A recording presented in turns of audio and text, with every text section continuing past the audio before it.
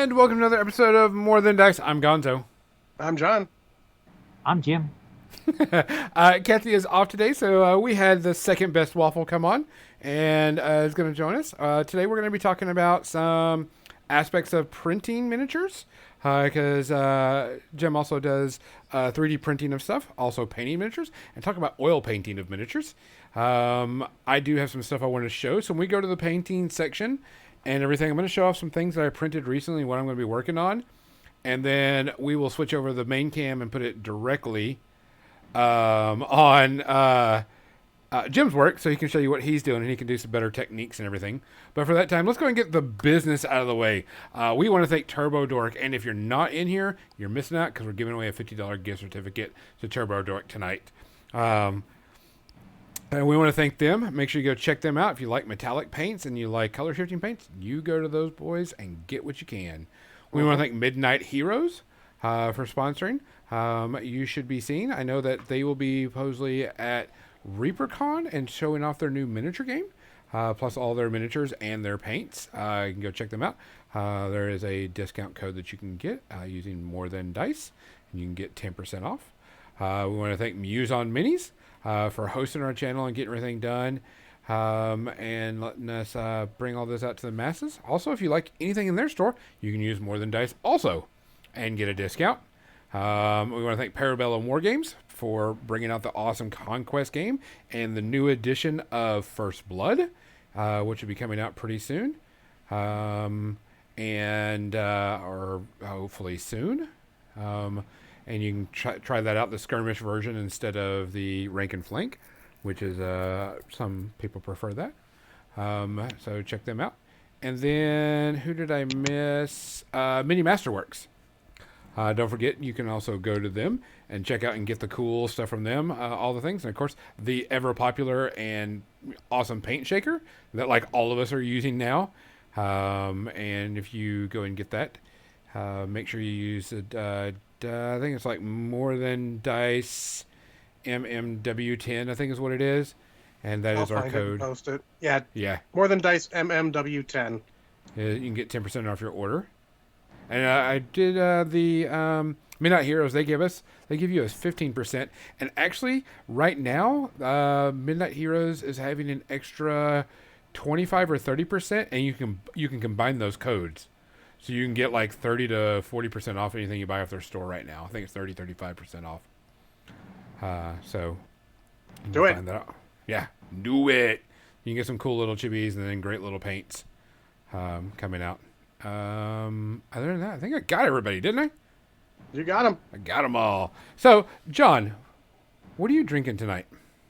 Well, I didn't get up because we didn't have much of a break, so I'm just going to bring my this fun little liquor they gave in my dice bag, the Crown Royal Regal Apple. Oh, that's nice of them to give you a liquor with your dice bag. Yeah, I know. I mean, I need a nice dice bag. They gave me a little liquor with it. I like it. I don't like it as much as a lot of the lighter stuff, but it's still pretty good. Nice. Jim, what are you drinking tonight? Blackberry ginger ale and rum with a little ice. Oh, wow. Okay. And a That sounds pumpkin. good. I am doing the good old Remy Martin XO cognac tonight to celebrate my birthday. I drink that every Sunday pretty much. Yeah, just remind everyone, Gonzo's birthday was Friday, and then today is Jim's birthday. Today is Jim's birthday. Give him a big old shout out. Say happy birthday. I already sang happy birthday to myself, Marilyn Monroe style. Very creepy, but very fun. I'll spare you me singing anything because no one deserves that. Do we have any shout outs this week? God, I saw a lot of people pass, but I mean, I know there was most like of them were outside of my. Tim Slate. He was a comic book author. Tim Sale. Sale, sorry, Tim Sale. Yeah. Comic book artist. He Did was all a the good. Batman stuff. Yeah, a lot of stuff. It wasn't like in my oeuvre of stuff, but I saw that. It was sad. I don't think I saw anything else, but let's be honest, it's been a weird couple weeks here. It has been. It has been quite a one. There's a voice actor. Yeah, there was some. Oh, also, God, who was it? Someone sent it in our chat. That character actor who passed, who's done just a ton of stuff. Damn it, Gonzo, you sent it, I'm pretty sure. Why don't you remember it? Oh, Philip Baker Hall. yes. He's one of those where you recognize him. He's been in a shit ton of things. So, Yeah, it's just no face to the voice because you've heard the voice so much you don't know the face yeah. type thing. I think that was it. Guys, we really appreciate you coming on and listening and using all these discount codes. I get an email saying, hey, so and so's use your discount code here. It's really nice to see that because us, we're always about wanting to support our local people and anybody, all of our smaller companies and everybody. A lot of these companies are coming to Warfare Weekend, by the way, so you can come and pick up some of their products in person. And so you can kind of get all that cool stuff going. Please take care of yourself. Please make sure that you're keeping yourself hydrated, especially now that summer is here and it is extremely hot around a lot of places. Make sure you're just taking care of yourself. We miss you. We want to see you again. We want to see you, at the conventions. We want to see you all the time. I mean, of course, HUDCon 2023. We want to see you there also. So make sure you take care of yourself. Cheers, everybody. Cheers. Cheers.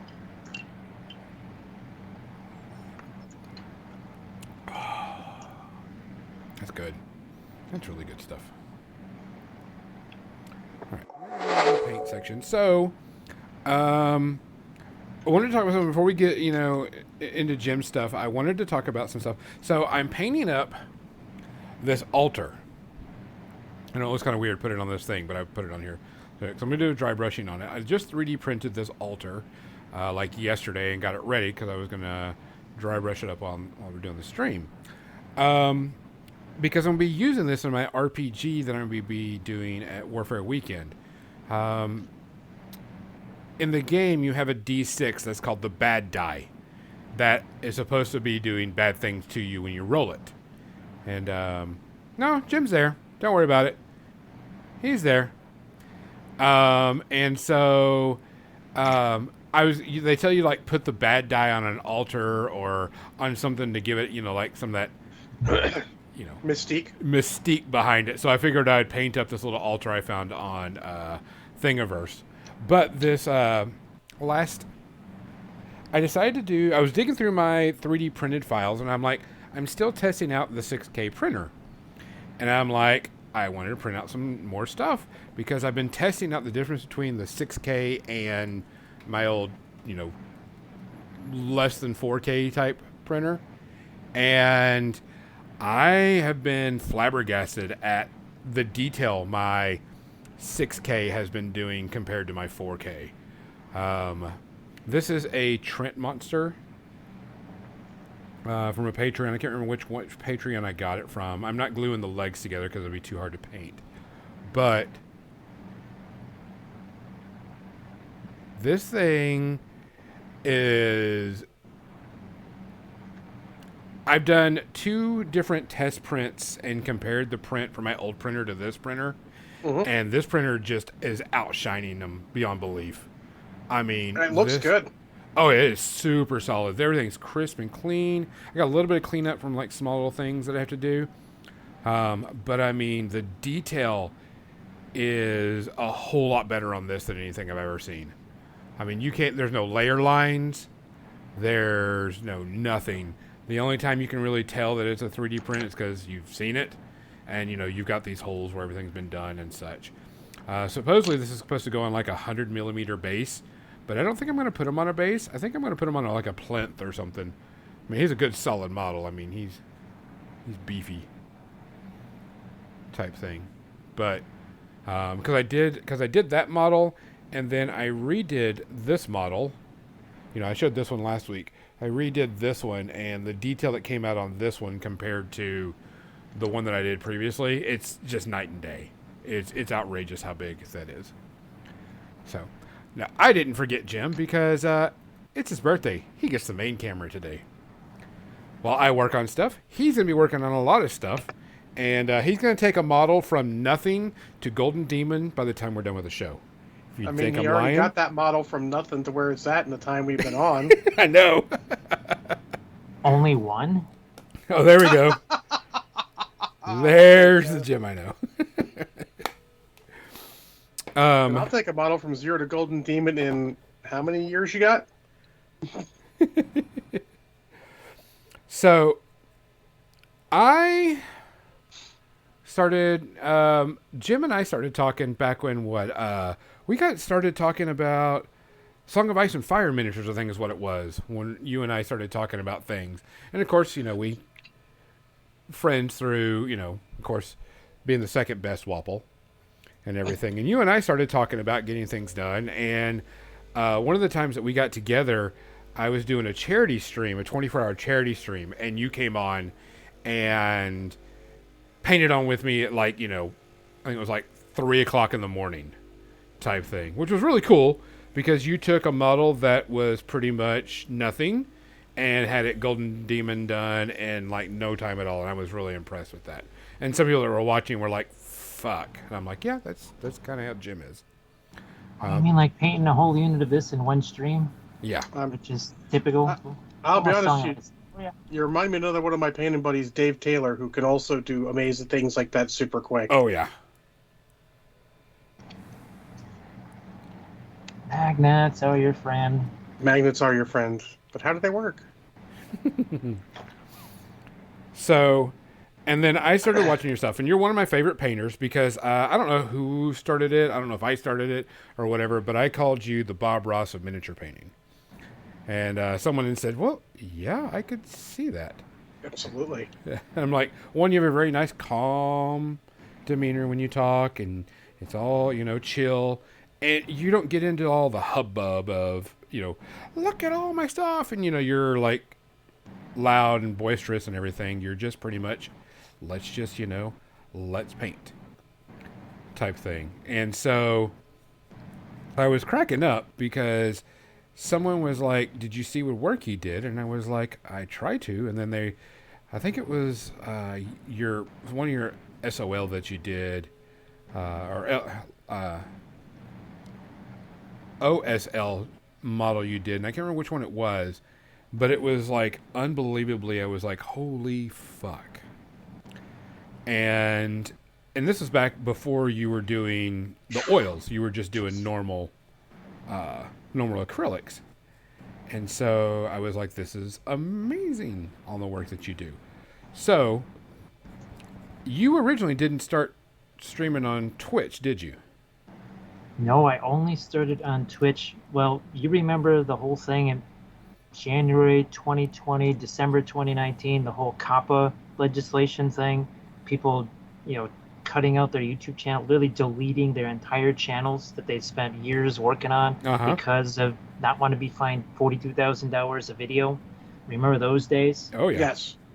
Well, then the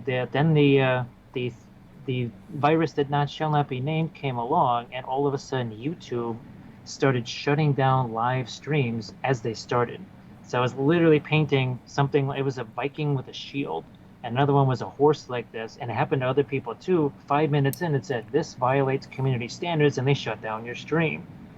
Now, they've been doing that with videos, but there you can contest it. Maybe a day or two later, they say, oh, sorry, our bad, your video is back. But a live stream, it's a little bit less conducive to live streaming when they shut it down 5 minutes in. So I thought about adding Twitch to YouTube. Then I said, well, now it's going to be Twitch. Because obviously Kathy had been streaming for at least 2 years, maybe 2.5 by then. So she already was pretty well versed in it. So it wasn't something that I got no clue how this works. I had also been watching Harris Heller and Nick Niman and all those guys to kind of become aware of what the Twitch landscape was. And I asked a lot of folks. They were super nice.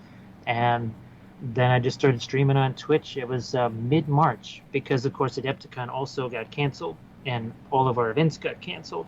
Yep. And we said, this is less conducive to making money. So we had to find another way instantly. And I became a Twitch streamer overnight. And it's been that way for, I think I've been streaming 26 months, something like that now on Twitch. And it's pretty wild because I enjoy it. It's so much better than YouTube because YouTube is very territorial. Twitch Mm-hmm. is not, right? You share the love. I mean, Drax, Steep T, Thunderdome, all the folks that helped me when I first started, when I was nobody on Twitch, right? That really helped because they would raid me. And now it's kind of neat because 2 years later, I can raid people that are brand new, and all of a sudden they go to instant affiliate status because suddenly they got a dozen new followers just from one raid. Mm-hmm. And that doesn't happen on YouTube. I mean, it's No. the opposite. Yeah. They will try and take those viewers from you. So that was a really neat thing about Twitch. And my average view time on YouTube is an incredibly long 12 minutes. That's like absurdly long. That's like longer than the average YouTube video. On Twitch, my average view time is 5, 6 hours, which means I can actually then do something like that unit or something like this, because this is about a 5, 6 hour stream, and there will be people that are there from primer to this. They'll be there the entire way through, which is really nice because they're getting a real lesson because they can ask me questions. It's like a Mm-hmm. live class. And what's really cool about Twitch is all of a sudden everybody else started to stream with the oils, but from all over the world. So now in my stream just last night, I know there's the Germans, and I'll ask them when someone asks a question about a paint brand, I'll say, okay, Bina, Doji, you know about Old Holland, you know about Schminke. Is it Norma or Messina they should get, or where can they get Gamlin paints overseas? So these they actually have like a Gearstecker or something like it's an art store that you can get these in Germany. So it's really become an international kind of a thing because folks in Australia, they'll try things and they say, hey, Jim, have you ever tried this? Those interference paints I showed you? Mm-hmm. Well, you can get these in the US. They're really expensive here. Outside the US, if you can get them, they're insanely expensive. Until someone said, hey, Jim, did you realize those are just powders? You can get the interference powders and literally make anything into an interference color. And I said, wait a minute. Does that mean we could also take, something like this, fluorescent powder from Green Stuff World, mix it with linseed oil, and have fluorescent oil paint? Sure as hell you can do this, which means that everybody in the world can now have fluorescent oil paint instead of spending a whole bunch of money and only being able to get this in the US. They literally do not ship outside the US.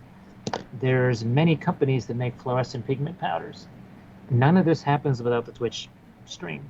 None of this happens. If basically YouTube and everything I was doing was literally in a vacuum, it was my own kind of little universe. All of a sudden, I was out in the multiverse, right? Yeah. These colors here, these Gamwin colors, I'd never heard of these before until someone said, hey, Jim, have you ever tried the Radiant colors? I'm like, Radiant what? What are these nuclear colors? What's going on? He says, no, you should try them.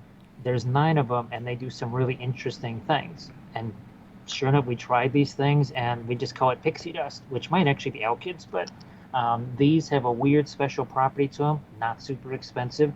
Never would have known about this if it wasn't for the Twitch stream. Also, wouldn't be doing all this 3D printing stuff were it not for the stream. Also, wouldn't have 3D printed basing bits.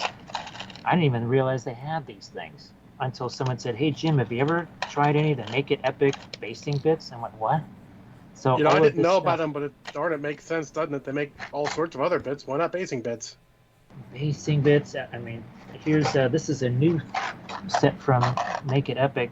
So these are more like the what would you say, almost Grand Canyon style rocks, but I want to do Eowyn in the Glittering Caves diorama. And when I saw these, they looked an awful lot like the rock. It's a deleted scene. They never actually made that scene. It's where she's fighting the Urukai, defending the civilians basically in the Glittering Caves. And I wanted to do that diorama. Well, now I can because I have these rocks. Instead of making the rocks from whatever weird material you found. Instead of making the rocks from whatever weird material, and of course we've got things like, well, even this one that I showed earlier. So that's I've got about 20 different versions of these things, and they're really fantastic because I can make them bigger. That's the thing. Let's say I want to. Well, this is a 72 mil. I've done much smaller 28 mil versions of this same basing bit. That's the cool thing, is it can be sized to whatever the heck size you need it to be. Yeah. which is just absolutely sensational. And of course, all of this. Here, let me grab another one that's got some of this extra stuff. So all of these little things here, that's from Loot Studios. Make it epic. Make it epic. I think. Oh yeah, so is that one. And then even on this, all of these juniper trees right here. Instead of me trying to find twigs around outside, well, all I have to do is just print these out, literally any size that I want. I've got instant trees for bases. Mm-hmm. It's fantastic, and they're very rugged. Here's another example here. I mean, I could try and sculpt these somehow, or I could just print those out, and in a few seconds, like this one here, I think it took me all of about 3 minutes to base this figure. Make it epic tree, bulletin, board cork, stick a dark sword figure on there, done. Ready to go. That would have taken a heck of a lot longer in the old days of, like, I don't know, 11 months ago, before I had this stuff. Would have been insane. Now it's just, and they make fir trees. They're really like this tall, and of course, you can make them as big or as small as you want. Just another set right here. This is some pirate theme stuff that I want for my Corsairs of Umbar. I mean, I'm already 3D printing the miniatures. Why not 3D print the basing bits as well?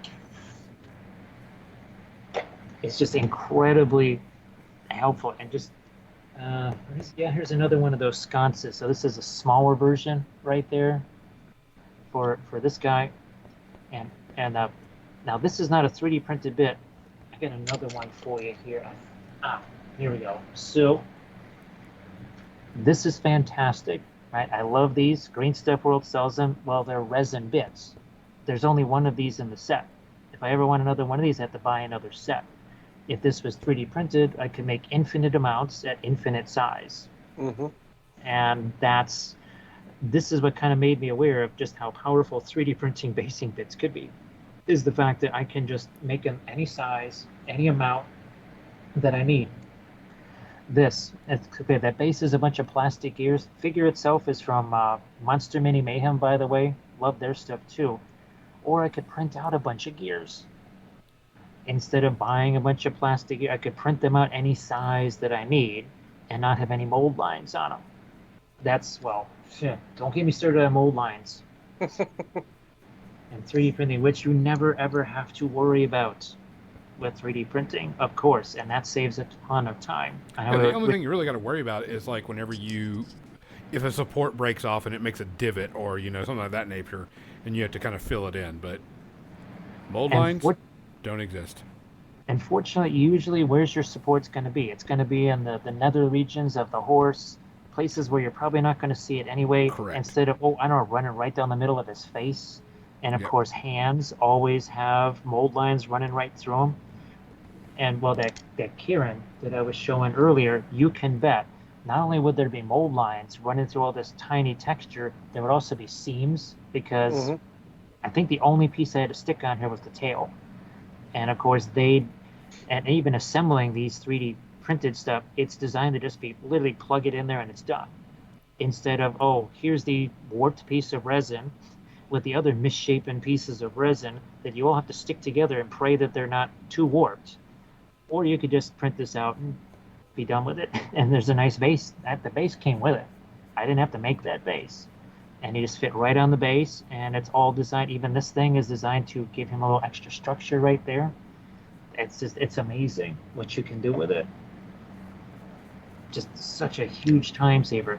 And yes, I do this for a living. Time is money. But how much time do you guys get to paint during the week? To get all of those conquest armies painted. You need to paint just as fast as I do, because you just don't get the chance to paint as often. Saving time is just as important for you as it is for me. Yeah, absolutely. I was hoping those conquest figures would get here. I hope they're not lost in international shipping somewhere. Because, what are you getting in?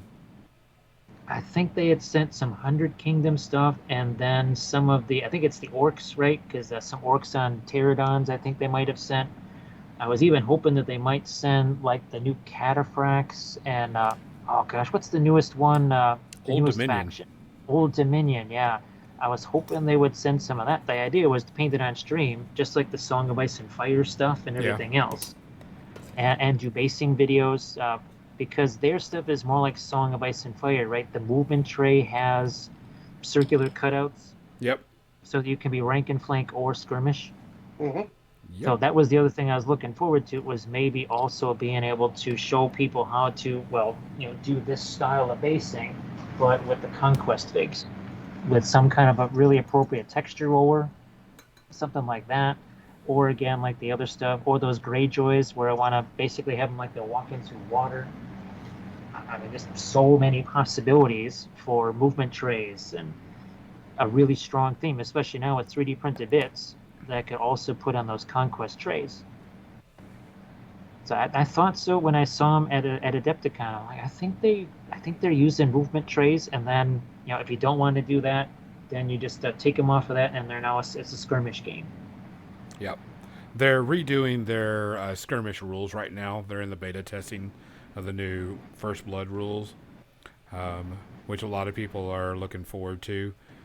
Because, I mean, sometimes you just don't want to have all the regimental, battle type stuff. You just want to do some quick, and it's not even quick because, I mean, you're still playing a game, but it's nice to go between them. You know what I'm saying?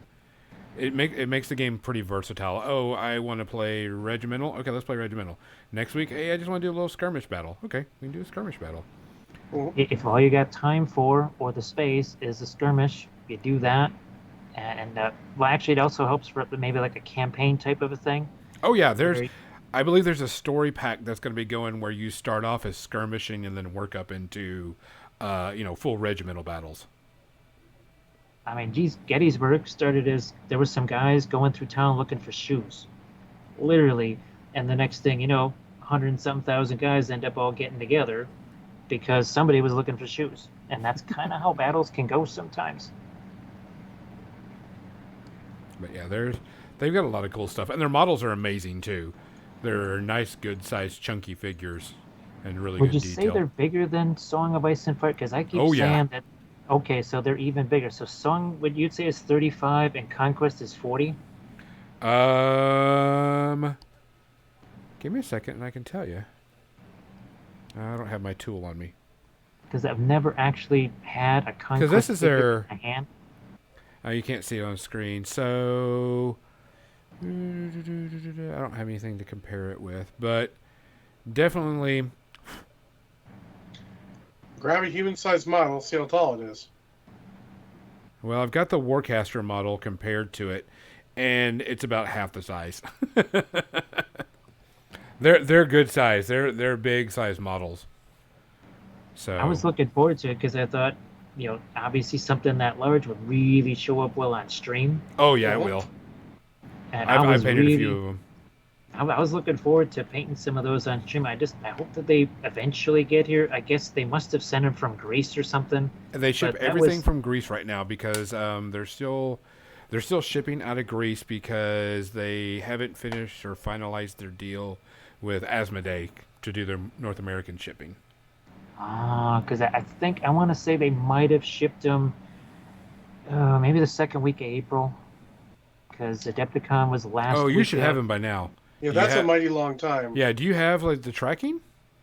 They sent me an email with the tracking, but every time I clicked on it, it said data unavailable, or it just booted me out. I would contact them. Yeah. Contact them.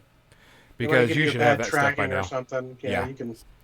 Because, I was really looking forward to those, and it got to be longer and longer and longer, and I thought, yeah, you should have those by now. For work, we sent something to Spain, it got held up, and we've received it back in the office, and it was sent after they sent your models. So I would expect that you should have them now. Yeah, you should probably contact them, I think. Yeah, I'll have to do that, because it was a bummer too, because there was, I don't know if they were maybe the starter boxes, but it wasn't just like one little unit. I think they were trying to give me a little bit of a sample of stuff to work from. Oh yeah. Because I was wanting to do like a hardcore tutorials and also do the streaming stuff. So, yeah, I guess I'll just have to write them and say, guys, sorry, they're not here yet. Yeah, I would check with them and find out where they're at, because that should have got to you by now. There's no reason why that shouldn't have. Yeah. It just got to be longer and longer, and I went, oh man, that's there's got to be something going on here. Yeah, international shipping is slow. It's not that That slow. slow. No, no. There's no way that I've received product to them from them, and it only took like a couple of weeks. Okay, because I just remember back in the day, there was a few countries kind of on the international, maybe don't want to ship to list, and I know Greece was on one of them. Now, I don't know if that was back in the days of all the chaos in the mid 2000s or whatever, and maybe it's a little bit better now. Now you should be fine. Because I thought they were based out of Spain. No, they're I based didn't out of Greece. realize. I when I talked to them recently, or not recently, back at Adepticon, I was talking to them about the shipping. I was like, because they said they're going to be doing it through Asmodee pretty soon, because it'll be their North American group. But he told me that it's actually almost pretty much cheaper to ship from Greece than it is to ship straight from the United States because of how he's had to store everything and all that type of stuff. And I go, well, I could see that. Yeah, yeah. I hope that they do really well because, of course, now I see every time Instagram is up, I see something from them, a new release for them. And I keep wondering, okay, is that stuff ever going to get here? But I don't think it ever is. Those packages must be gone somewhere. Oh yeah, I would send them an email and say, hey, what's up? Y'all were supposed to send this. Here it is, and I don't have it. Okay, because I got I know Scale 75, they sent me a set of their oil paints and stuff, Mm-hmm. and that process was started after the Conquest was. So, and that also came from Spain too. So I was Yeah, like, oh man, what's going on here? I'd contact them. It could have got lost or held up, but I would definitely check, especially if you can't check your tracking and see what they say, because it could have been whatever. You never know with tracking nowadays. I'm waiting for something Mhm. from China right now. And I thought, well, maybe it might have shown up while I was gone, but then I realized no, that was middle of May. So Yeah. when I wasn't here, so as of about May 10th or 11th, there was someone here 24 hours a day for receiving packages, and it sounds like it should have been here already by mid-May Oh yeah. if they had shipped it out the first week of April. Oh yeah. Easily. Okay, well, it's thanks. That kind of helps because now I know, yeah, something definitely went awry, and it wasn't just somebody took it off the porch or something. So, Jim, is that all freehand you're doing there? Yeah, this is actually it's a pattern that I've been doing since the earliest days of the Harad stuff. Okay, you can see it on him right there, and then this was one that we did on stream here. So just I looked up some different patterns, some freehand patterns. Oh gosh, I wish I could show you some of my. I might bring out some of my Candish stuff because it is even crazier patterns because it's one army, three color schemes. It's called the We Three Kings because it's basically all tribal based. So let Hmm. me see if I can find some of my. See if I can get here. Oh, here's some. Here's some. So this was one of the color schemes. And there was this sort of a purple, and obviously the Eye of Sauron is always going to be part of every scheme. And of course, what we did. This is actually uh, a plastic figure from. Oh, I forget. Fire Forged. Yeah, it's their Mongol cavalry, like historical figure. So no sooner did I start getting some of these plastic kits than everybody and their dog started printing all the things that I needed, like Candish stuff. So chariot right here. This is from Medbury. Print up the two horses, chariots in one, two, three pieces. There's the rider, there's a banner, and there's six different banners, five different horses, two different chariots. Instead of the ancient GW, I see you shaking your head there. You know what those Yeah. old nasty chariots were like. And now I can just print these things up pretty much just with the bandit, just as many as I possibly could need. Let me see if I can find. Oh, right out of there. I got stuff all over. Ah, here they are. Here we go. Here's another color scheme. So that's another. That's the second theme. And then here's the third theme. So each one has its own kind of iconography and freehand, and even the horses are different colors from each tribe, if you want to call it that. So this has been really fun. And so Oh, that's awesome. he did horsemen, he did infantry, he did all the stuff. So yeah, I could have saved myself the bother of getting these. I mean, they were really cheap and they're really nice and they're very posable. But now I can just print up just as many of these buggers as I could possibly want. And it's handy because the Candice stuff, you need a lot of these guys. Typical army might have 10 of these chariots. Can you imagine A, being able to afford 10 metal chariots, and B, being insane enough to try to assemble those 10 chariots all in metal? You're talking to the guy who did 10 drop pods in one day, so I would do it, but I Uh mean, huh. it's still Oh crazy. gosh. Yeah, that was just, oof, man. That was. Are these for somebody or are these just for yourself? This is part of my overarching goal of basically making one of every army in Middle Earth, like even the legendary legions. The idea is I wanted to do battle reports. Well, yeah, we were talking about the meta earlier, where everybody makes not just the same type of armies, but literally the same characters or units in every single army. It's like a Hmm. carbon copy. What I wanted to do is use the War of the Ring board game as a campaign manager. So I don't get to choose the armies. I don't get to choose the time or the place. It could be unbalanced. One army could be twice the size of the other one. And much like Song of Ice and Fire, where you have all that nifty off-board action, guess what? The War of the Ring board game has all those special action cards that would impact the game itself. So it would be like the Witch King is not there at the battle, but he's providing some kind of leadership points that might mean extra might points. It might mean some rerolls, something that even though maybe his force is outnumbered, or say you're playing one of the good side, well, you could go into siege mode. Because what's cool about that War of the Ring board game is that neither side is at war. Not even Mordor is at war when it begins. And you could be sitting there as the evil player right outside the gates of Edoras, looking to knock him down. But Sauron, all he cares about is the stupid ring. So he's off looking for hobbits. And you literally have no action dice to do this, to kind of do the coup de grace. Meanwhile, the good guys are throwing some more forces in there while Sauron is fooling around with that stupid ring. Or they're looking for that. And if a character dies, he's gone. So what happens in a lot of games is the first thing people do is they take their hero on a horse, stick him right in the middle of the table to kill a bunch of stuff. Well, if that hero dies in this campaign, he's just dead. He's not like Gandalf. He's not Gandalf the gray, the white, the pink, the purple, the polka dot. He doesn't keep coming back. He's gone. That's it. And I thought that could be a really fun way to stay away from the meta, make it way more interesting. And because I think you've tried playing map-based campaigns, it's like Risk. Everybody goes for those little land bridges in Australia and whatever, Hmm. or Alaska, and every campaign plays out that way. This basically ensures that's not going to happen because I literally have no control over when a certain side might even be going to war. So, I mean, literally, all the Easterlings could be marching on Erebor, and Erebor is not even at war, so they can't even muster troops. But then all of a sudden, you get some kind of a special action card, or Gandalf shows up and they immediately muster. So it puts a lot more mystery back into it instead of, okay, this is so obvious. Why do we even bother continuing this campaign after 2 rounds? Because you have no idea what's going to happen from one That's round to the next.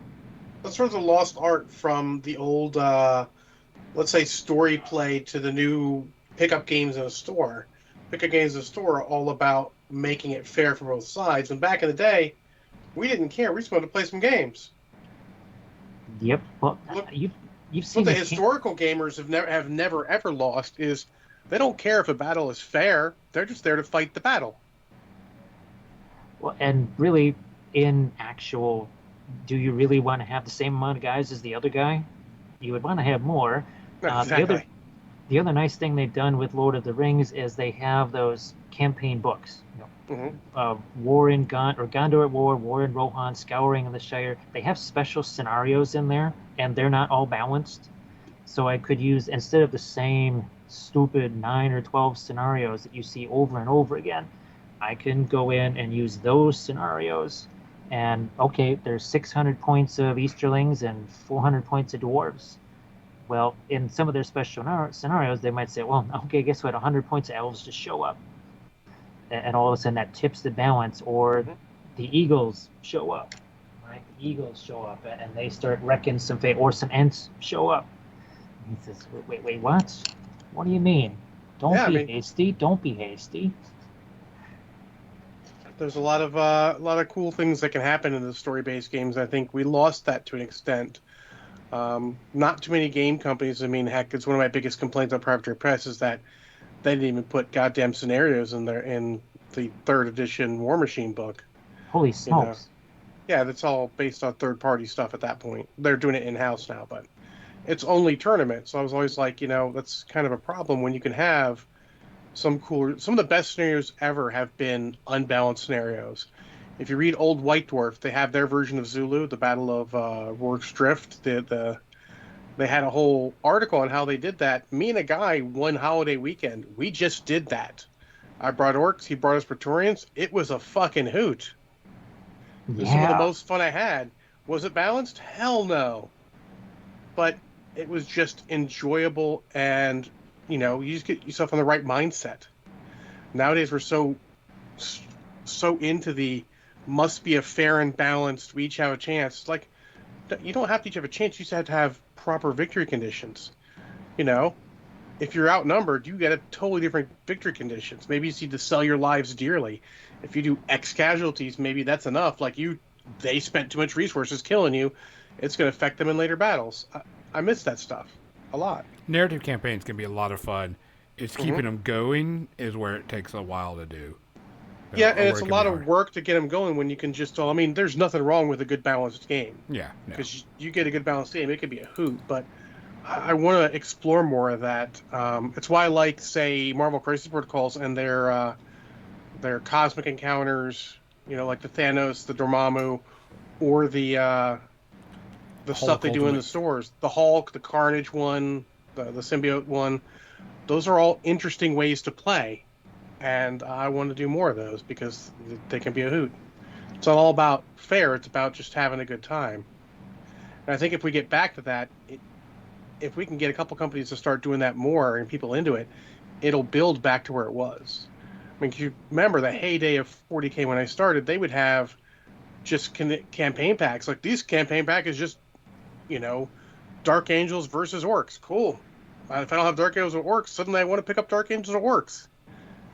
I I, mean, I good. just thought it would increase the tension level where you're because the War of the Ring board game, I've seen the good side win a military victory, which is you would think is impossible, but they can, because literally the evil arm, which are at the gates of every town, they don't have the proper action dice or cards or whatever to just press that assault, and good somehow manages to sneak a victory. Or I've seen the hobbits die on the slopes of Mount Doom.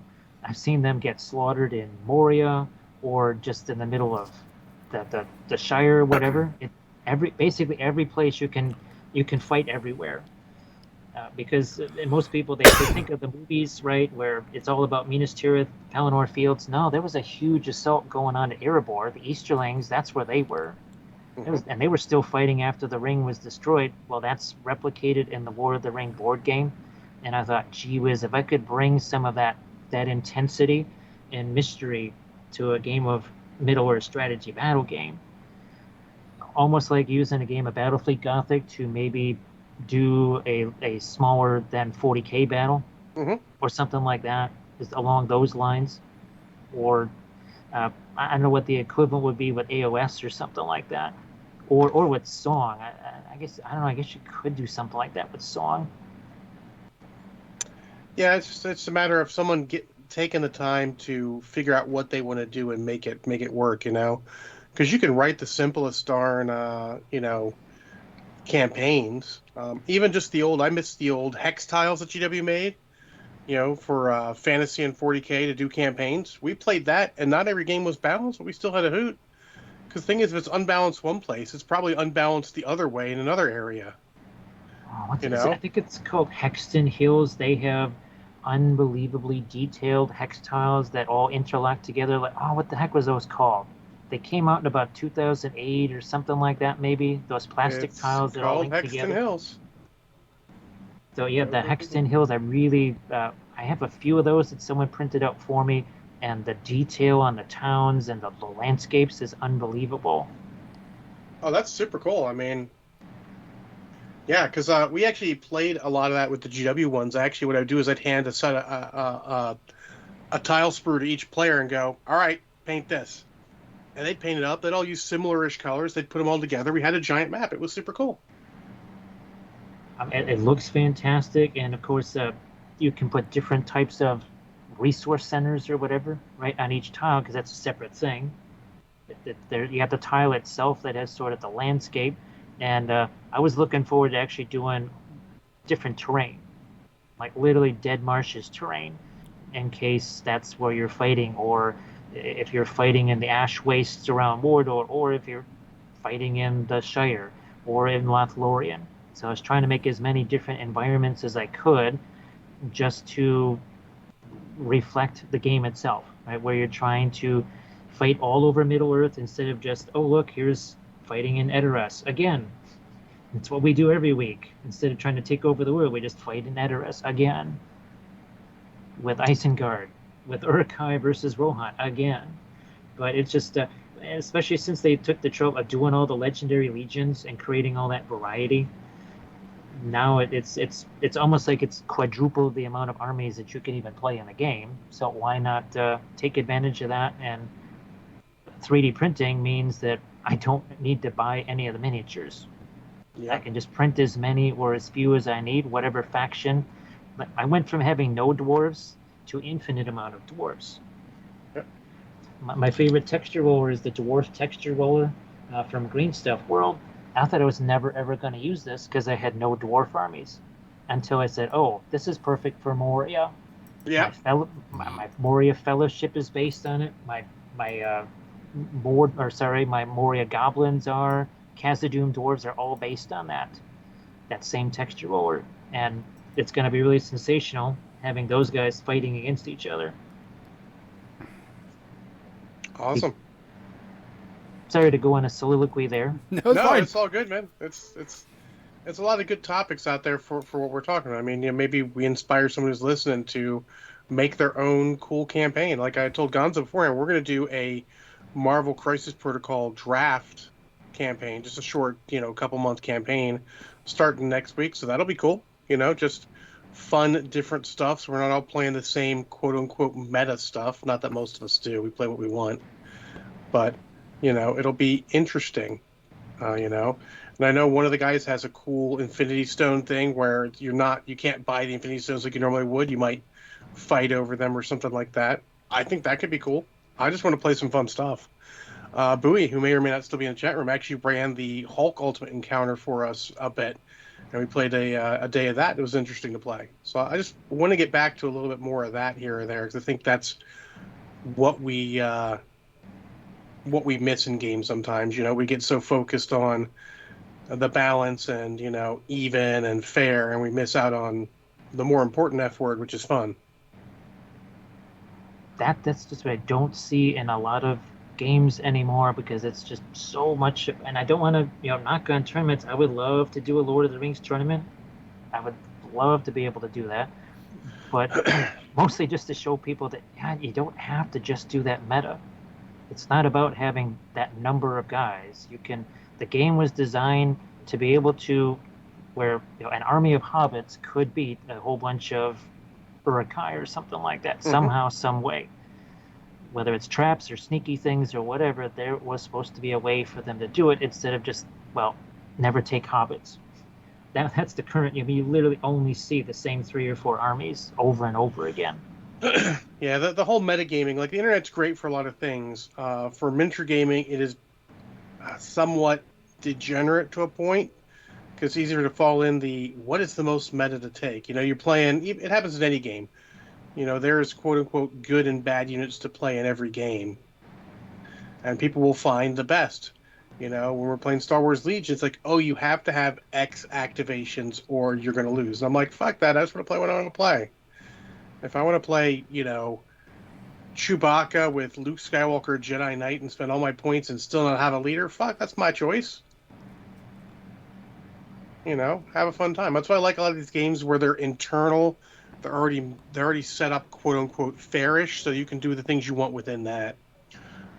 Or when they throw extra stuff, like I missed the old X-wing, the box that came with scenarios. Then all of the bigger boxes, the Millennium Falcon and all those, would come with a couple more scenarios. Me and my buddy Marshall, Chris Marshall, played a bunch of that one night and just had a fucking great time with it.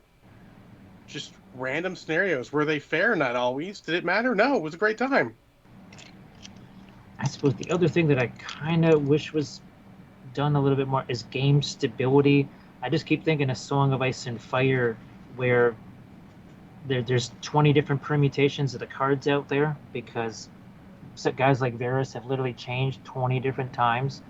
And I know that they came out with a new set of cards, but will they still be good even a year from now? Because there will be other tweaks and changes now that there's so many units out there. Yeah, And obviously 40K and AOS, they go through some changes too. twice rapidly. a year. Someone joked and said it's like having a subscription, to them. Now you got you're going to be spending what, about $80 a year on your Age of Sigmar and 40K just to get the General's Compendium / chapter approved, so you can keep up to the end of the balance. And then buy the new models that went from poor to good. Yeah, it's an interesting, it's an interesting idea from a sales standpoint. But I do think that it's too much. I think yearly updates is even maybe too much, but probably okay. I mean, you're gonna have your emergency updates when someone accidentally found that broken shit you didn't find, type thing. But I mean, that's just the nature of the game. But also, sometimes is it not worth it to let the broken shit sit for a little bit? If you're not quote unquote a fucking tournament game, not like Correct. a War Machine of Hordes, let it sit for a little bit and see what the meta does with it. Now, sure, if everyone plays just the broken shit, then you can fix it. Yeah. But maybe the meta finds a way around. Like, there's some shenanigans with some of the new stuff for Marvel Crisis Protocol, but we talked about it, and someone made a good point. Like, it's a really corner case, and does it even win you the game? And I'm like, fair. I'd rather see something go and not overreact to it, but is what it is, I guess.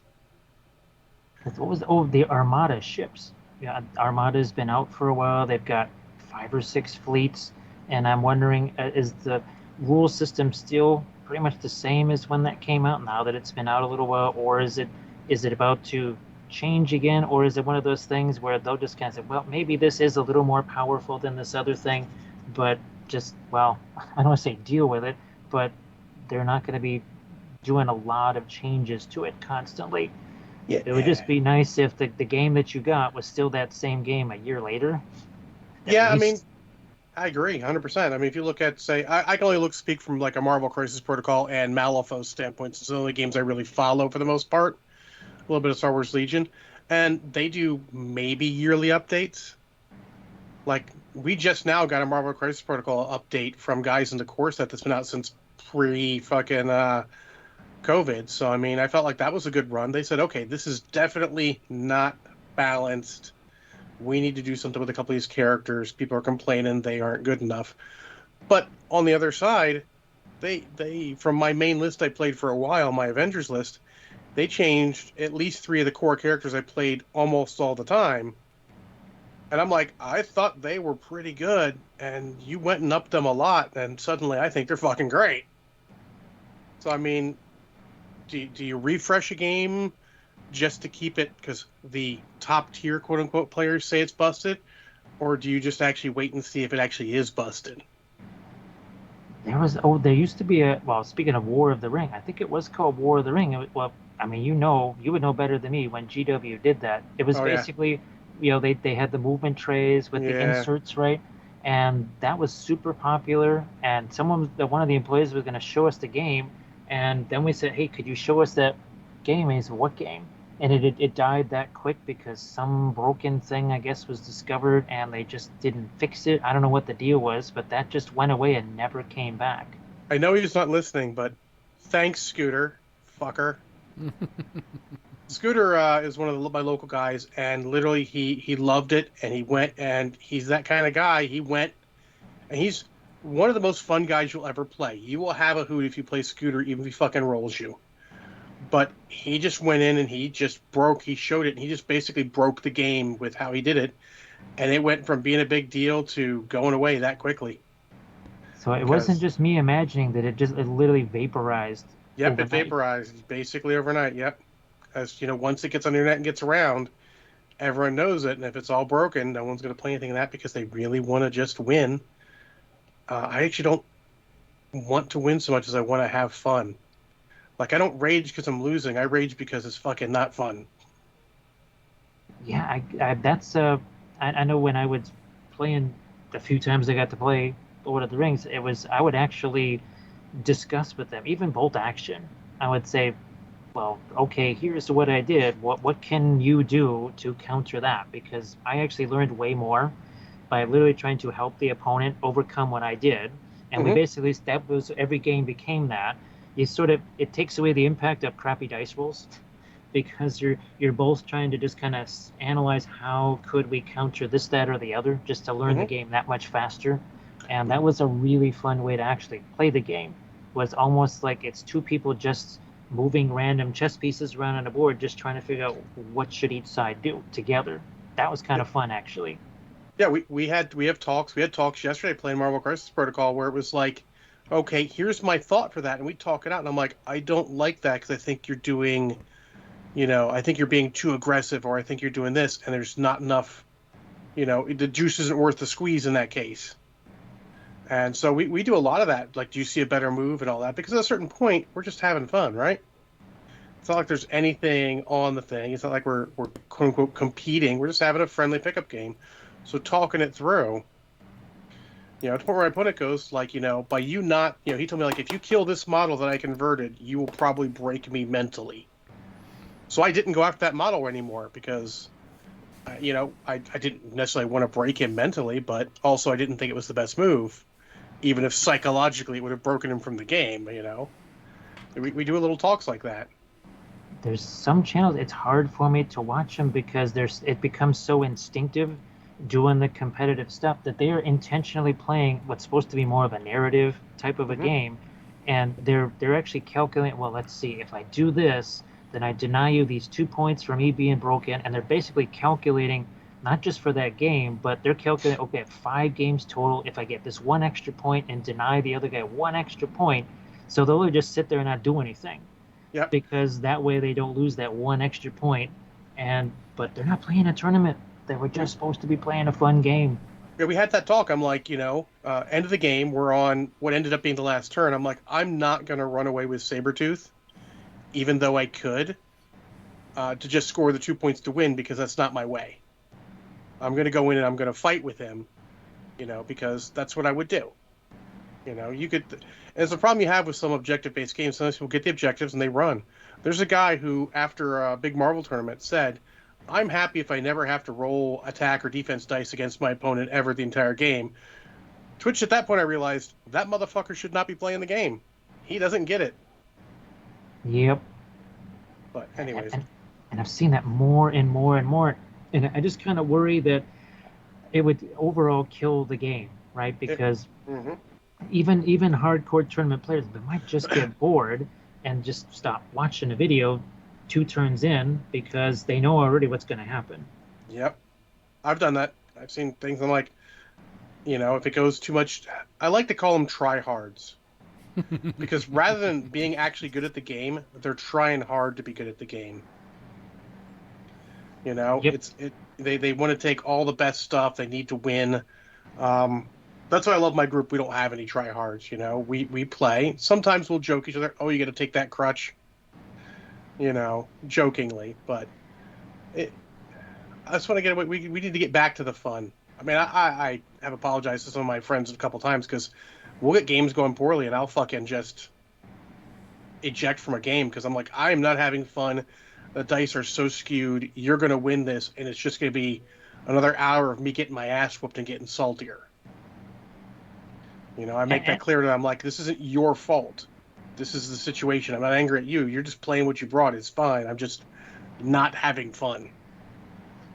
it might be different too if you're able to play all the time whenever you want. But Yes. when your schedule is as busy as yours and getting that one time to play Yep. is a very rare occasion and it goes that way, You play one game a week and you're like, ah.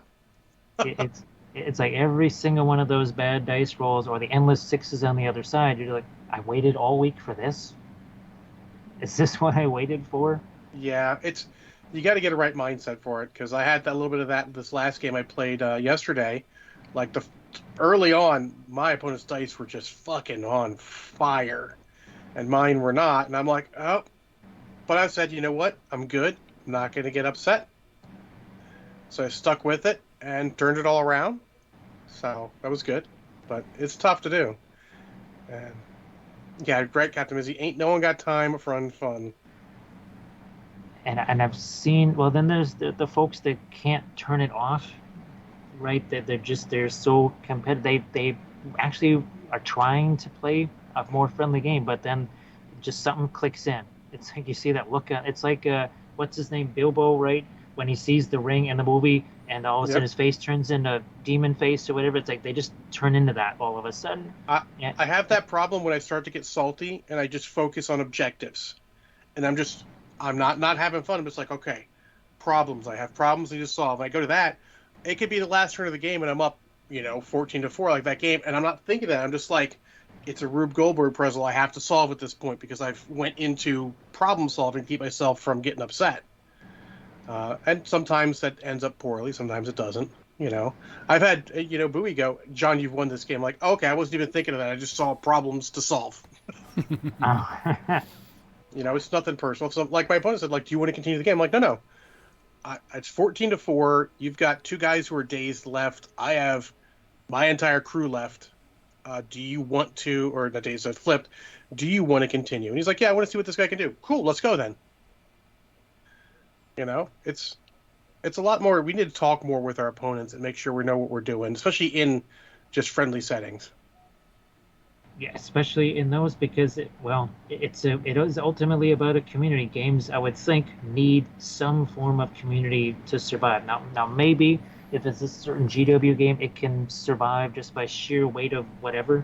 Yes. But the vast majority of games, they are going to need a community to have any sort of longevity. Yep. Wow. This has been a lot of conversation, but I think I was just waiting to put us to media section so we can talk about the 17,000 things you watched this week. What? Only 17,001. Hey, Jim, do you have one of those completely done? Yep. Can you show where you're going? Where it's going. Yeah. So we're going to be finishing off the freehand over here, right? Got to get the yellow in there, a little bit more of the magenta on that. Obviously, got to go in and get some more lights on the blues here on his little head crest there. Also want to finish off some of the decor around this little symbol that I put on the back of the horse there. Yep. A little bit lighter on the magenta here over on his tunic right there. And then some extra brights on the spear shaft and the spear point there. And I think we're pretty good now on the base. Yeah, we're pretty good there now. And I think the horse pretty much, it's just some odds and ends. I think we're going to have to do a little bit of a blade right here too. Yeah, see, kind of like his little dagger right there. So I'll have to do that as well on his belt and probably some stuff on his boots. I'll be probably mostly working on this little bit of freehand here next as we talk about media. Well, before that, we need to run the raffle there, Gonzo. Yep. And also, Jim, these are all done with oils, correct? All done with the oils. Yeah. You and I need to get a conversation going about that because I want to test that out, and I have no clue where to get that stuff, and so I'll have to do it. So let's go and get this raffle done with. Let me go to it. We're going to close the entries. Last minute. Close entries. We're going to pick a winner. Ready? Where's my drum roll?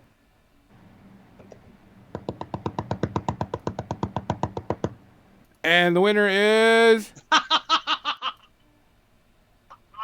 Fleeger Dragon. Not even here. Oh, well, she asked if she could win if not being here, so. Yeah, which is okay. They spend the points. That's okay. And I can get a hold of Fleeger Dragon at any time. Congratulations, Fleeger Dragon. You have a $50 gift certificate to Turbo Dorks. We will give away one more next month. They gave us 3 to give away, so don't fret. Come back. We will give you at least a week or so heads up when we're going to do that, and you can get in on that and check out all their cool stuff that they have. So other than that, let's go and switch it over to the media section type thing. So Jim, I know that you probably heard us, our schedule, or our rating systems that we have, not schedule. Rating system goes from Casablanca being the best movie, Cats being the worst, and then, of course, what I would say, our typical scale is 0 to 5 space herpes type thing. So, 0 space herpes being the best and 5 space herpes being the worst. So, being the special guest, you get the first thing. So, tell us one thing that you watched and how you rated it. I'm trying to figure out how I should rate the 3rd season of The Boys. Should it be Casablanca? Should it be 1.5 space herpes? There's parts where you think, okay, there's some riveting stuff going on here, and then there's parts where, oh look, is this like the old 1980s Battlestar Galactica where they used the same fight scene for the 12th time because they were trying to save money? Wow. It's one of those things where sometimes they're doing really well, and then it's just, okay, this is the same story just over and over again.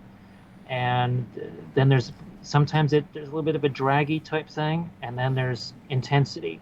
And I just don't know, like, I think the first season was very interesting. The second season was, and then this third one, I'm kind of on the fence. Is it actually good?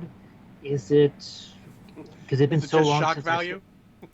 there's a lot of, obviously, the gratuitous, body parts being blown to smithereens all over the place. There's so much backstabbing and betrayal on top of backstabbing and betrayal. It's like, is this, Game of Thrones to heroes?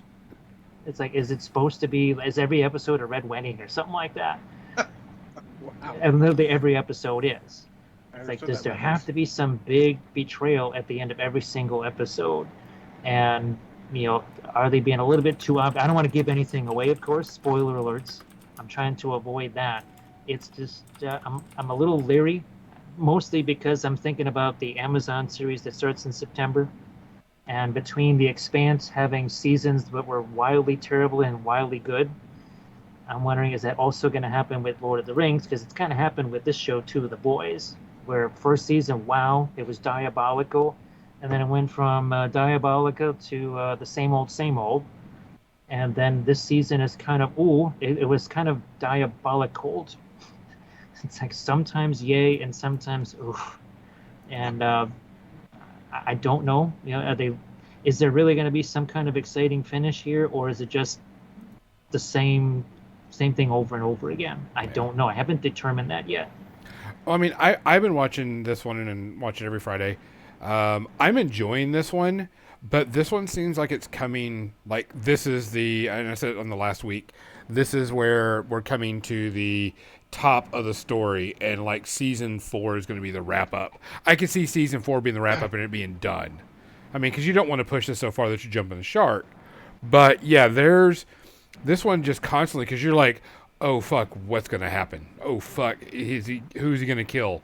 Is he going to get pissed off because Homelander now has the ability that he's like, I am the strongest and baddest person in the world. Don't fuck with me this season, or I will kill you. And so it's coming up that this seems like the ending of the series. This is like the hill, and then after this season, it'll be the wrapping up of the series, which would be good. I don't have a problem with that. But yeah, we're seeing a little bit of character development. We're seeing changes in the characters. And we're not going to spoil, but definitely there's some crazy stuff going on. I don't know if it's how long this is going to last, because this is going to be a different season. We're about halfway through, because I think we only have 8 episodes, so I think we're about halfway through the season. Because The Expanse was only 6 episodes that 6th season, Yeah, and it had been 10. And the weird thing is they told more story in those 6 episodes than the previous 20. Oh yeah. So what the heck is going on? So I wonder, is is that the same thing that's going to happen with the boys, where all of a sudden oh geez, we only got 2 episodes left to wrap this up, boom. Yeah, I'd be interested because, like I said, we're about halfway through. I think we're over halfway through. I think we're on episode 5, and I think there's only 8, so we don't have much longer. So we'll have to see. So how many space herpes do you give it? We'll go 2. Okay. 2 seems fair, from what I've heard. I Let's see. You're either going to really love it or really hate it. You're one of the rare few who are sort of in the middle, like teetering on the edge. Let's see. I'll go with one of mine. I started the new season For All Mankind, and For All Mankind is, of course, the alternate timeline history of the space race. Season 3 started up, and so working through that. And in this season, they're now fighting on their way to go to Mars. And so I thought it was going to be from the trailers, it was going to be Russia, Japan, and America. And it's actually Russia, America, and a private company, like a SpaceX type company, racing to Mars, and kind of pushing that boundary again. It starts off kind of weird and kind of interesting. I'm not sure if I like this season or not, because we're now getting into, science fiction that is encroaching on past what we are doing right now, type thing. So it's kind of getting that fiction part and that fantasy part, I guess you could say. Going full into science fiction. Yeah, and so I'm not sure, because they've already saying that like they're going to go to Mars in like 2 or 3 years, and their entire series, their entire season is a span of 10 years. So it'll be interesting. I still like it. It's still fun. One of the best shows on TV right now. It only comes on every Friday now, so I've got to wait for it. It's okay. Not going to give it. I will give season 1 and 2. I can give the ratings for that since I've seen it all. Season 1, I would probably give that like a half to a 1 space herpes, because it does kind of throw you off, because all of the stuff is the alternate history and alternate timeline, so it kind of throws you off a little bit, but eventually you get into it. Season 2, I give it about the same thing, about a half to a 1, because there's just some characters you just don't care about. You're just like, this is kind of, I see why they're doing this. Okay, yeah, whatever. But it's been fun, better than most of it on TV right now anyway, so I'll go with it. John, what you got? Well, we're going to talk about something together, and I didn't get to watch much else this week, but I did start watching a new TikTok/YouTube channel I watch on YouTube called The Fat Electrician. He's been around for a while, and he basically talks about military stuff, and he's just hilarious. It's all TikTok length, 3 minutes, not huge production value, but it's a hoot to hear him talk about stuff, military stuff. He's, sort of keeping it real on that, and it's just a fun little channel to watch. I suggest giving it a shot. 3-minute videos is great. You're sitting there for a moment, just click on a video, watch it, and just hear him talk about the American unhealthcare system and such. He's it's very funny. Yeah, don't mess with Doc. There's a lot of fun videos he calls back to, and it's just good to get those little bite-sized humor notes. And he's never been not funny. Every time he's funny, all sorts of tough stuff, and just the genuine way he obviously is respecting the military. He was in the military, and just the irreverent way he talks about stuff while still respecting all the military is great. So, give that a shot. The Fat Electrician, YouTube. It's the best way to do it. Jim, what you got? One of the things I saw was for something that's coming up in 2024, and that is the War of the Rohirrim animated movie. Most of the crew that's doing that is pretty much the same as the original trilogy, right down to, Miranda Otto, who's going to be doing the narration of that.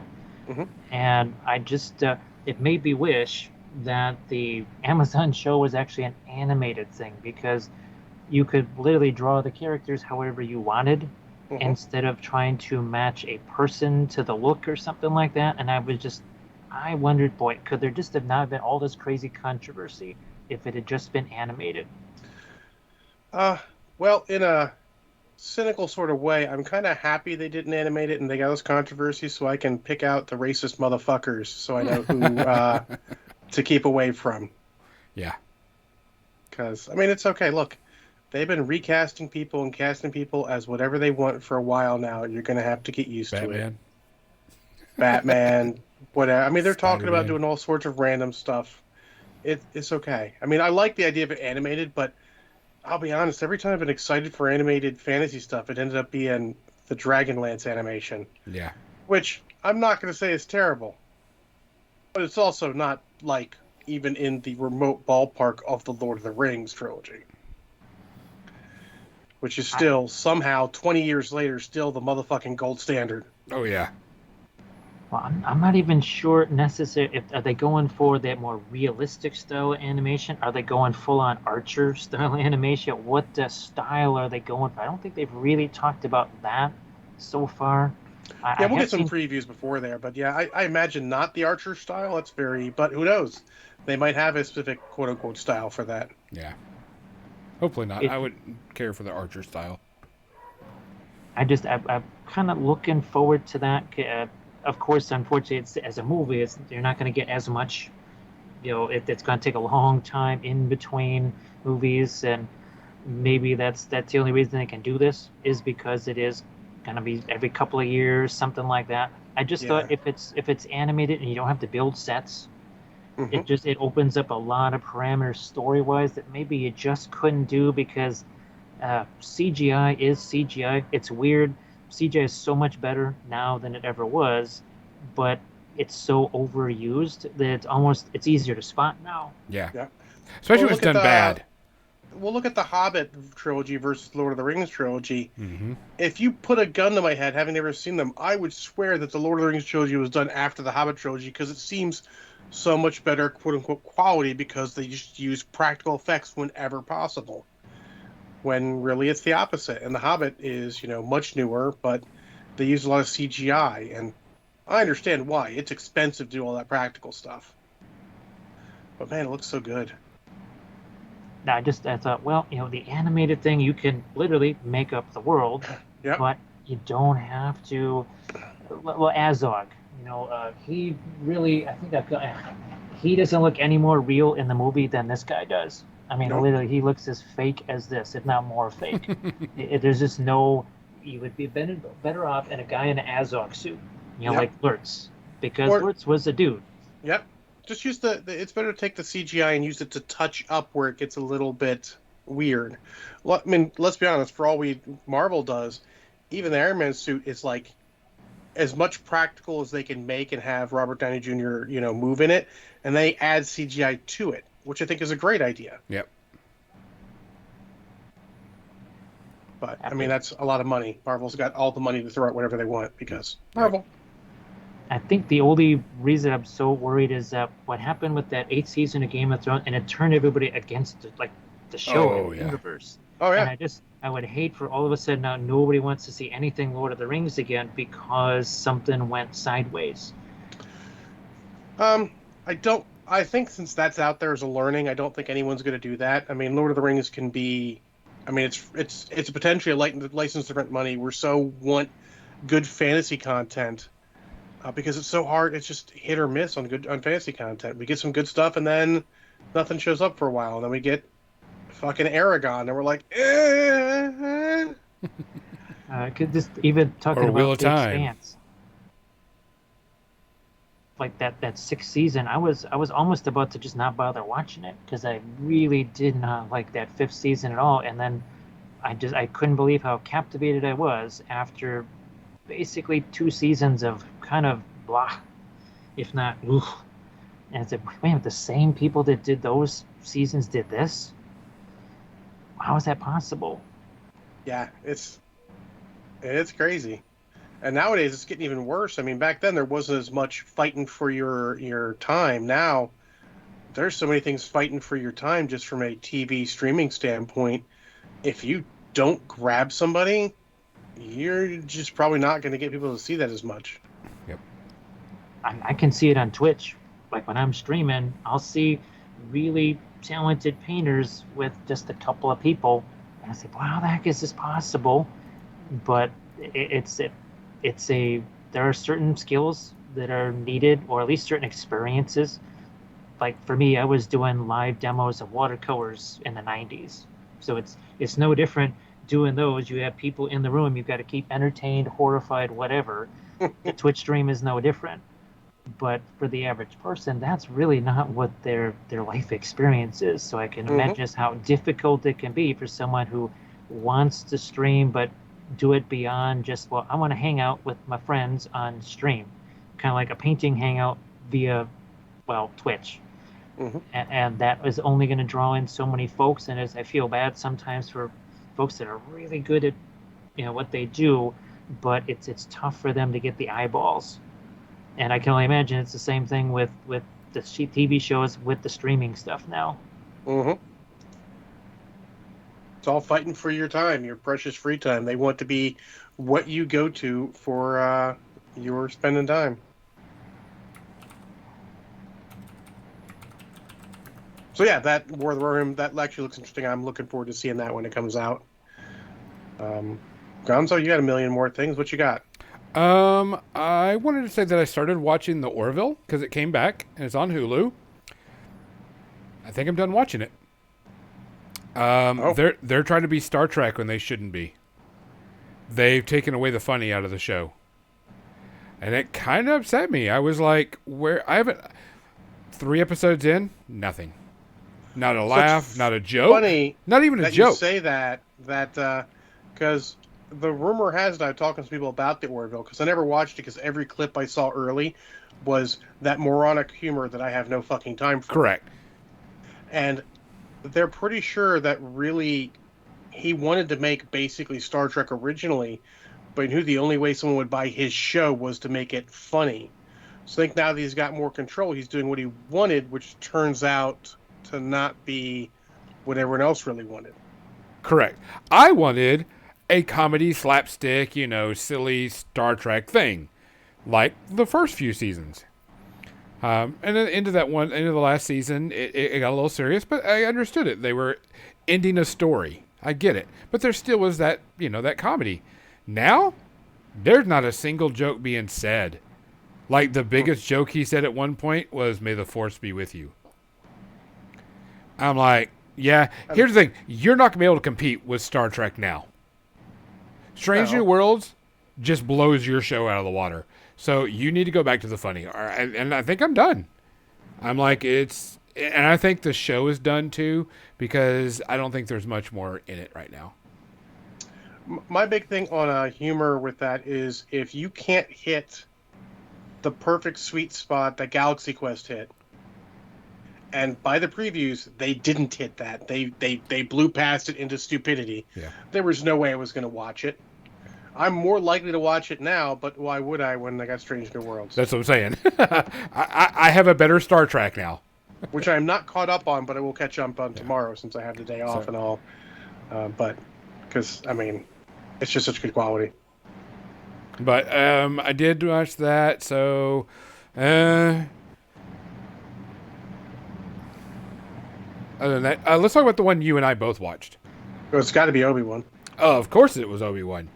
I didn't get through all of Miss Marvel, and that's no fault against Miss Marvel. I watch it in little chunks while I'm doing stuff because I don't like high school drama. But to put it on the record, I feel like it is a very high quality if you like that stuff. But I have to take that stuff in small doses. Yeah, I didn't have any problems with Miss Marvel. No, it's good quality. Obi-Wan. Well, that was a fucking episode.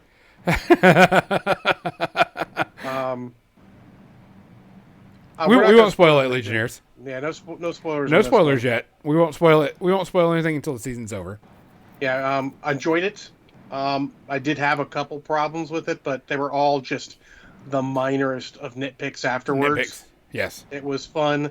I am getting a little sick of Space Wizard escalation, which is a problem I've had for a while. That one scene has been done before, though, quite a while back. I know. Yeah. In a video game, I know. Yeah. But I didn't like it then. I don't like it now. In the moment, it's fucking awesome. Don't get me wrong. Oh, It's yeah. awesome. But when you sit back and think, you're like, that's a little much and hard to explain. Like, the thing is, I know you can explain all those things if you go into it, but having to explain everything afterwards is not necessarily good. So I can know the explanation of it being that he was so angry he was able to use that much of the Force like that. Yeah. But it's hard to tell with a character like Darth Vader because he's just Darth Vader. Facial expressions. Yeah, no expressions. Yeah, no expressions. So, but no, it was very good. I liked the quote-unquote twists they did. The feels got you just enough of the feels. You knew it was probably going to happen, but you got a little bit of the feels there. I enjoyed the crap out of it. Yeah. I thought it was fun. Thought it was great. Having a blast. It's probably the best episode of the series. Yeah, especially one of the best and the coolest type thing. There was something that somebody said that made me really think about it. And the less you use Darth Vader, the more sinister and deadly he is. That's what I'm saying. Yeah. That third episode, when he was walking around doing that stuff, I thought he was less scary for it. Yeah. And now I think, he's pretty scary because they didn't use him too much. They used him just enough, I felt like. They did the sweet spot. And let's be fair, Disney may have done a model. You may think Disney have done a lot of things wrong with Star Wars. Misused Darth Vader is not one of them. And Hayden Christensen was in the episode. It's a little spoiler, but we knew he was in the fucking series. And I dig that. I actually like that they didn't try to de-age him. No. They just said, fuck it. And I'm fine with that. I'm happy to see him getting some love from the fans after the revisionist hating all of the prequels. Let's be honest. The prequels aren't as good as the original trilogy or the sequel trilogy, in my opinion. Yeah. But they got way more hate than they should have at a certain point. Yeah. So it's good to see him getting some love now. We only have one episode left. Yep, one episode. So good, we'll see where it goes. Give me some more time to watch something else. I got to catch up on so many things. And that's pretty much about our time. Jim, we want to really, really thank you for coming on and hanging out with us. You're always welcome. Mods, make sure you give Jim's Twitch channel a shout out. And so everybody can find him like they don't know already, but we like to do just that. In case. Just in case. Go check out his stuff. I mean, you're one of my favorite painters. I love watching you paint because you've taken, like I said, you take a model from Prime to, winning major awards in 30 minutes, and it just. Well, yeah. So you started that right when you jumped in on the call with us. So it's been about 2.5 hours with the other stuff you've been doing, and it's already at well beyond tabletop quality. Oh yeah. It's amazing. It's amazing.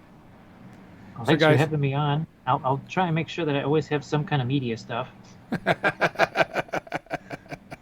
have to get back to getting some more media stuff. That means trying to make the time for it. Yeah. Guys, we appreciate you coming on. We appreciate you hanging out with us all the time. It's always a blast. We're going to send you off to Vlieger Dragon, and y'all can go over there and harass her and give her a hard time for not being here, but still winning the raffle. She did ask before entering. She did, and there's nothing wrong with that. She spent her points. Not a big deal. Yep. Please, please, please take care of yourself. Look after each other. If you see something going on, say something. Just look after each other more than anything else. For More Than Dice, I'm Gonzo. I'm John. Say I'm Jim. I'm Jim. Or other Kathy. Or other Kathy. Good night.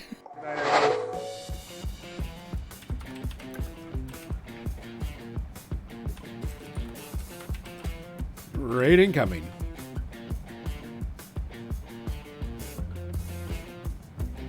I mean, I'm already watching her stream also.